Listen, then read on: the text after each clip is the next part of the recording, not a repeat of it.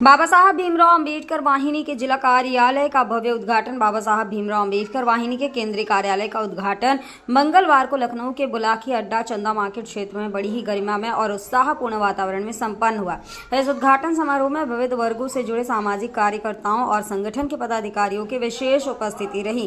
कार्यक्रम का विधिवत शुभारंभ अल्पसंख्यक मोर्चा के राष्ट्रीय अध्यक्ष अमर चौधरी ने फीता काटकर और बाबा साहब की प्रतिमा पर पुष्प अर्पित कर किया। उन्होंने अपने संबोधन में कहा कि बाबा साहब ने जो संविधान के माध्यम से हमें अधिकार दिए, आज समय है कि हम उनके आदर्शों को जमीनी स्तर तक पहुंचाएं। यह कार्यालय सिर्फ एक भवन नहीं बल्कि सामाजिक न्याय और समानता की दिशा में एक सशक्त कदम है। उन्होंने कहा कि संगठन देश भर में बाबा साहब के विचारों को जन जन तक पहुंचाने का कार्य कर रहा है। उन्होंने बताया कि यह केंद्रीय कार्यालय पूरे देश में संगठनात्मक गतिविधियों को दिशा देने और युवाओं को जोड़ने का केंद्र बनेगा। इस अवसर पर बड़ी संख्या में कार्यकर्ता, बुद्धिजीवी, समाजसेवी, युवा प्रतिनिधि और स्थानीय नागरिक भी उपस्थित रहे। कार्यक्रम में सामाजिक समानता और शिक्षा और बहुजन एकता जैसे विषयों पर विस्तृत चर्चा की गई है। भीमराव अंबेडकर वाहिनी का कार्यालय का उद्घाटन, क्या कुछ कहना चाहेंगे? किन उद्देश्यों को लेकर के आपने ये पार्टी बनाई?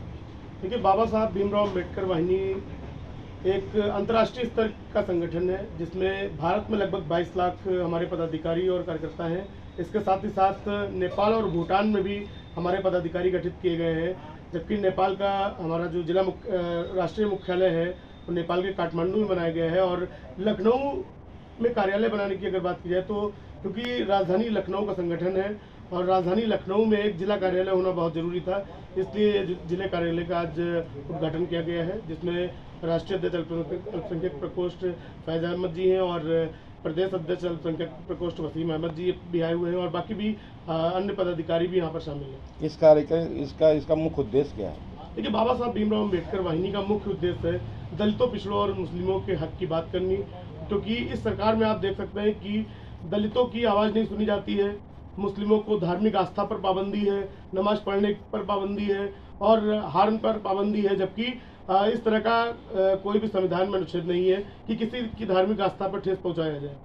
तो इसके लिए आप क्या कर रहे हैं? देखिए, बाबा साहब भीमराव अंबेडकर वाहिनी का मुख्य उद्देश्य है 85% मूल निवासी को एकजुट करना और उन मूल निवासियों को साथ लेकर भारत में एक बड़ा जन सैलाब लाकर सरकार से अपनी मांगे मनवाने का कार्य करेंगे और अपना हक हम मांगने का काम नहीं, अपना हक छीनने का काम करेंगे। क्या बाबा साहब भीमराव अंबेडकर वाहिनी जो है शिक्षा पर कोई कार्यक्रम करने जा रही है? देखिए, शिक्षा की अगर बात की जाए, आपने देखा होगा भाजपा सरकार में शिक्षा माफिया पनप रहे हैं। शिक्षा की जो सरकारी व्यवस्थाएं हैं वो चूर चूर की जा रही हैं। आपने देखा होगा लगभग 5000 स्कूल बंद कर दिए गए जिसमें गरीबों के बच्चे पढ़ते थे, क्योंकि सरकार यही चाहती है कि गरीब पढ़े नहीं, क्योंकि अगर पढ़ लेगा तो समझदार हो जाएगा और अगर समझदार हो जाएगा तो अपने हकों को जानने लगेगा। इसलिए शिक्षा माफिया जोरों पर है और जो प्राइवेट शिक्षा, महंगी शिक्षा चल रही है उस पर भी हम लोग प्रदर्शन जल्द ही करेंगे और गरीबों को उनका एक कोटा सुनिश्चित कराएंगे कि उनको भी प्राइवेट स्कूलों में एक शिक्षा का अधिकार अलग तरीके से मिले। क्या भारत देश में यह संस्था है कि और कहीं भी है? मैंने शुरुआत में ही बताया कि भारत के साथ साथ नेपाल और भूटान में भी अपना संगठन है और बहुत जल्दी और भी देशों में होने जा रहा है। 2027 को चुनाव आने वाला है, बाबा साहब राव अम्बेडकर जो आपने संस्था बनाई है, क्या स्टैंड रहेगा? देखिए, बाबा साहब भीमराव अम्बेडकर वाहिनी उस सामाजिक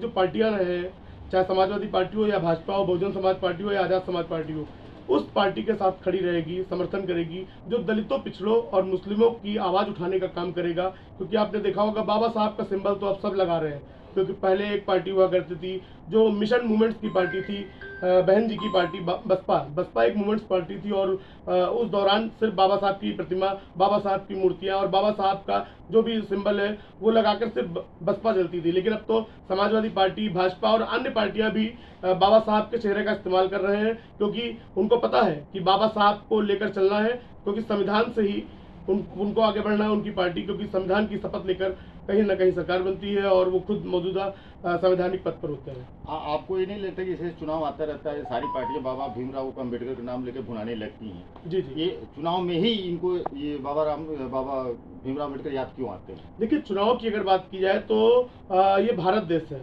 इस देश में आपने देखा होगा पहले मंदिर मस्जिद पर राजनीति होती रहती थी, लेकिन अब दौर ऐसा है क्योंकि राम मंदिर तो बन गया, अब कोई मुद्दा बचा नहीं है, तो अब हिंदू मुस्लिम पर राजनीति हो रही है, दलित पिछड़ा पर राजनीति हो रही है और आदिवासी अल्पसंख्यक पर राजनीति हो रही है। युवाओं को जोड़ने के लिए क्या कदम रहेगा? देखिए, युवाओं की अगर बात की जाए तो भारत में लगभग युवा बुजुर्ग सब मिलाकर हमारे लगभग 22,80,366 लोग आज तक हो चुके हैं जो ऑन रिकॉर्ड हैं, और साथ ही और भी हमारी सदस्यता अभियान चल रहे हैं। इसके अलावा नेपाल में भी आपने देखा होगा, नेपाल में बहुत तगड़ी 22 से 24,000 लोगों की युवाओं की फौज खड़ी की गई, जिसमें भी एबीपी न्यूज़ के इंटरव्यू में भी मेरा चला था। तो अंबेडकर वाहिनी एक जोश है। अंबेडकर वाहिनी एक बाबा साहब का सम्मान के लिए उठी है, और अंबेडकर वाहिनी बाबा साहब के संविधान की रक्षा के लिए है। और अगर संविधान पर कोई आ जाएगी तो बाबा साहब का झंडा और बाबा साहब का डंडा दोनों उनके सर पर बजने का काम होगा, और संविधान की रक्षा के लिए अंबेडकर वाहिनी की टीम पूरी तैयार रहेगी।